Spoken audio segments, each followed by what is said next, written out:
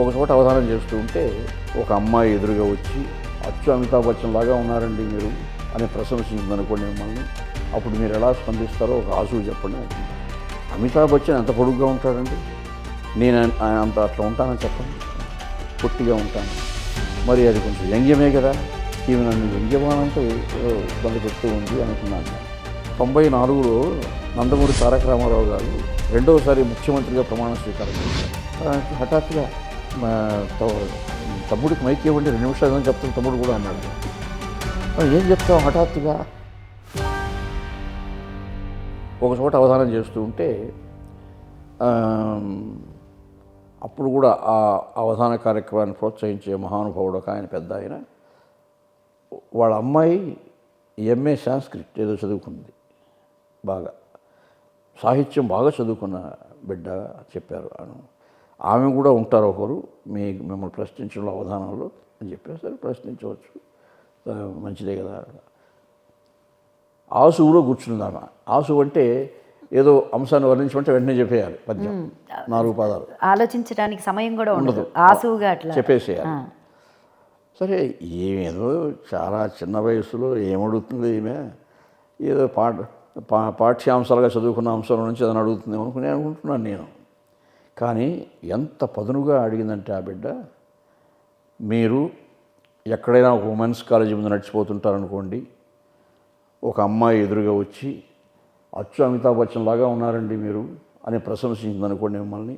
అప్పుడు మీరు ఎలా స్పందిస్తారో ఒక ఆశువు చెప్పండి అని అడిగిందాను. అమితాబ్ బచ్చన్ ఎంత పొడుగ్గా ఉంటాడండి, నేను అంత అట్లా ఉంటానని చెప్పండి, పొట్టిగా ఉంటాను. మరి అది కొంచెం వ్యంగ్యమే కదా, ఈమె నన్ను వ్యంగ్యమానంతో ఏదో ఇబ్బంది పెడుతూ ఉంది అనుకున్నాను నేను. అది మిమ్మల్ని ఆయన ప్రశంసించింది ఆమె, ఒక అమ్మాయి వచ్చి అమితాబ్ లాగా ఉన్నారండి మీరని. అప్పుడు మీ స్పందన ఎలా ఉంటుందో, ఆమెతో మీరు ఏం చెప్తారో ఒక పద్యం చెప్పండి అని అడిగాను. హఠాత్తుగా వచ్చింది నాకు ఒక పద్యం. ఏ నమితాబ్బునే అయినను కానీ జయభాదురీవు కాకుము తల్లి, మాను హేళనము నా మానంబున పోవనెమ్ము మంజులవాణి అని కందపద్యం చెప్పాను. ఒక కందపద్యం చెప్పాను. చాలా అద్భుతంగా చెప్పారు ఆవిడ చెప్పిన దానికి. అంటే ఆ సభలో ఉండే ఉత్కంఠ అలా ఉంటుంది. సభను చూసినప్పుడు 8 మంది పండితులను చూసినప్పుడు మనస్సు ఉప్పొంగి బాగా ఒక రసావేశంలో ఉంటుంది మనస్సు. అప్పుడు ఎంత పెద్ద వచ్చినా కూడా యుద్ధరంగంలో మహావీరుడు తలలు తరుగుతూ పోతూ ఉంటాడు. అలా ఉంటుంది వాక్ అనే ఖడ్గం. అప్పుడు వాక్ భూషణం అన్నారు బృహత్. కాబట్టి అది చాలా అప్పుడు పేపర్లో కూడా రాశారు ఆ పద్యం గురించి. అలాంటివి ఉన్నాయి. అవి కొంచెం అప్పుడు కూడా ఆందోళన పడ్డాను నేను. ఏదో పాఠ్యాంశాలు అడుగుతుంటే ఏమేమి ప్రమాదకరంగా ఉన్న వ్యక్తిగా ఉంది ఏమే అనేసి. అయినా వెంటనే ఒక మనస్సులో మెదిలింది ఒక పద్యం. ఎక్కడో అంతకుముందు చదివాను, ఏదో పేపర్లో అమితాబ్ పలానా పెళ్లి చేసుకున్నాడు జయబాదుర్ని నేను చదివాను. సరే అయినా కానీ అట్లా నేను అమితాబ్ అని అనుకుంటే కూడా అనుకోమ్మా, నువ్వు మాత్రం జయబాదురి కావద్దు అంటే సరిపోతుంది కదా. చమత్కారం ఉంది అక్కడ, సమౌజ్యత్వం ఆవిడ అడిగిన దానికి సరైన మార్గంలో అని చెప్పేసరికి ఆమె కూడా పండితులందరూ కూడా సంతోషించారు ఆ మాటకి. సభాసదులు అందరూ కరతాళధ్వనులు ఇట్లా ఉంటాయి. కాబట్టి అంటే ఈ చమత్కారం ఎలా వస్తాయంటే ప్రాచీన కావ్యాలు చదవడం వల్ల వస్తుంది. ప్రాచీన కావ్యాలు 94లో నందమూరి తారక రామారావు గారు రెండవసారి ముఖ్యమంత్రిగా ప్రమాణ స్వీకారం చేశారు. ఇక్కడే హైదరాబాద్లో.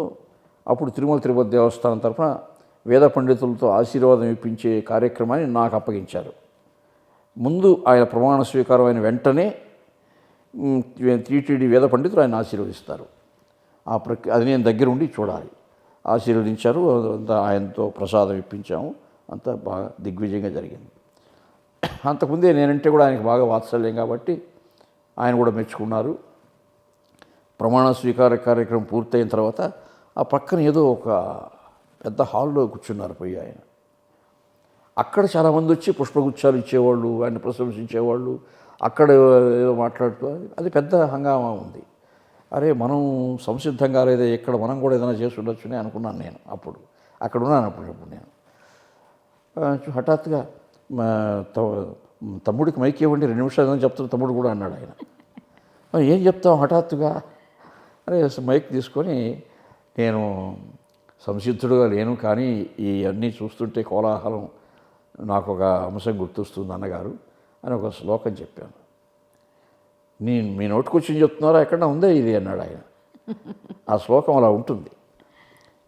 రే రే ఘూర్జర జర్ఝరోసి సమరే లంపాక కిం కంపసే వంగ త్వంగసి కిమ్ముద బలరజ కాణోసి కిం కోంకణ హోణ ప్రాణ పరాయణో భవ మహారాష్ట్రాపరాష్ట్రోస్యమి యోద్ధారు వయ్యమెచ్చిరీన్ అవివన్ చంద్రక్షమాభృద్భటా. ఇది చెప్పాను. ఏమిటి బడబడ ఎక్కడైనా ఉందే మీ నోటికొచ్చి చెప్తున్నారు అన్నాడు.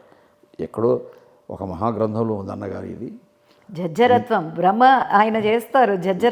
విద్యానాథుడు అనే మహాకవి ప్రతాపరుద్ర యశోభూషణ్ అనే గ్రంథంలో ఈ శ్లోకం చెప్పారు.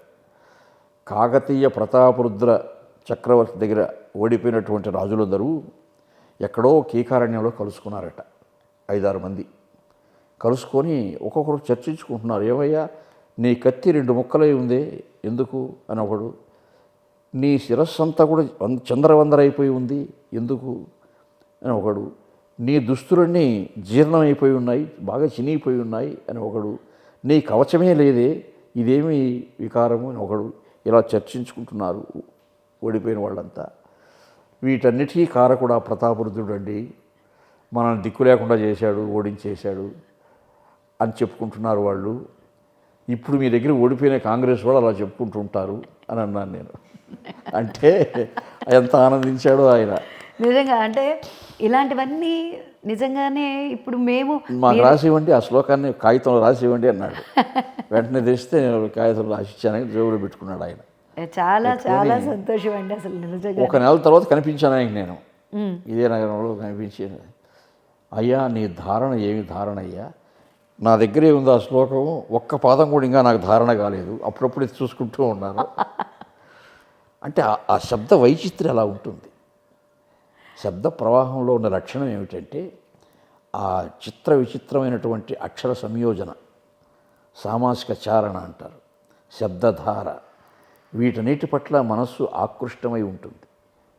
అవధానం చేసే లక్షణం ఉన్నప్పుడు, ప్రాచీన కావ్యాలు బాగా చదువుకున్నప్పుడు ఇవన్నీ మనసులో ఉంటాయి.